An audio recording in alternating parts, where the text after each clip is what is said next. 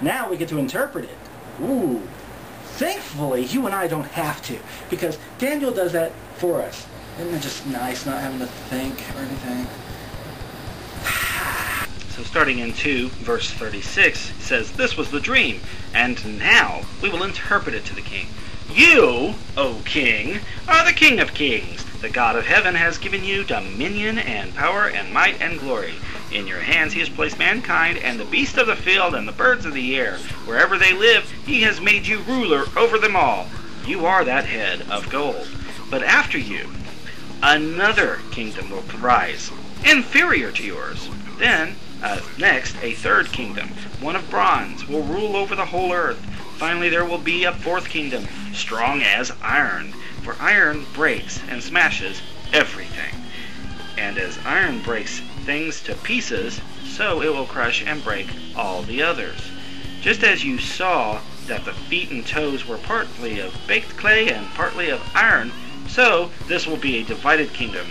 Yet it will have some of the strength of iron in it, even as you saw iron mixed with clay. As the toes were partly iron and partly clay, so this kingdom will be partly strong and partly brittle. And just as you saw the iron mixed with baked clay, so the people will be a mixture and will not remain united. And in the time of those kings, the God of heaven will set up a kingdom that will never be destroyed, nor will it be left to another people. It will crush all those kingdoms and bring them to an end, but it itself will endure forever. This is the meaning of the vision of the rock, cut out of a mountain, but not by human hands. A rock that broke the iron, the bronze, the clay, the silver, and the gold to pieces. The great God has shown the king what will take place in the future. The dream is true, and the interpretation is trustworthy.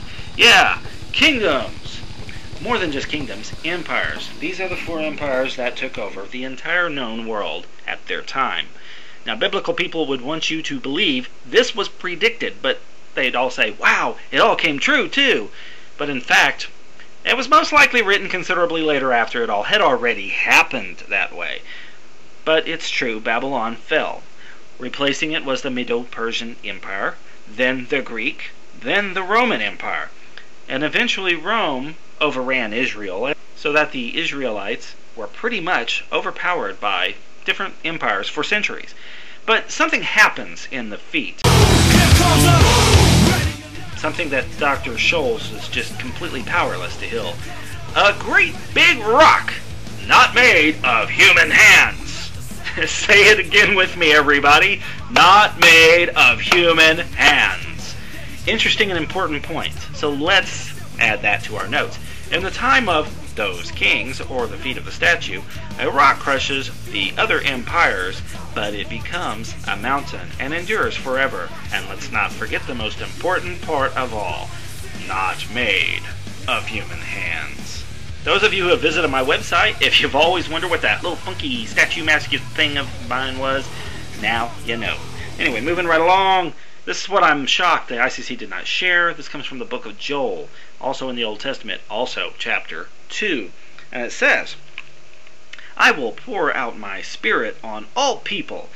Your sons and daughters will prophesy. Your old men will dream dreams. Your young men will see visions. Even on my servants, both men and women, I will pour out my spirit in those days. I will show wonders in the heavens and on earth, blood and fire and billows and smoke. The sun will be turned to darkness and the moon to blood before the coming of the great and dreadful day of the Lord. And everyone who calls on the name of the Lord will be saved, blah, blah, blah, blah, blah, blah. Okay, interesting. Now, that's freaky. The moon turns black, and the sun turns red. And then the day of the Lord comes, which is what we're talking about after all. Well, we've got our list of extremely bizarre signs.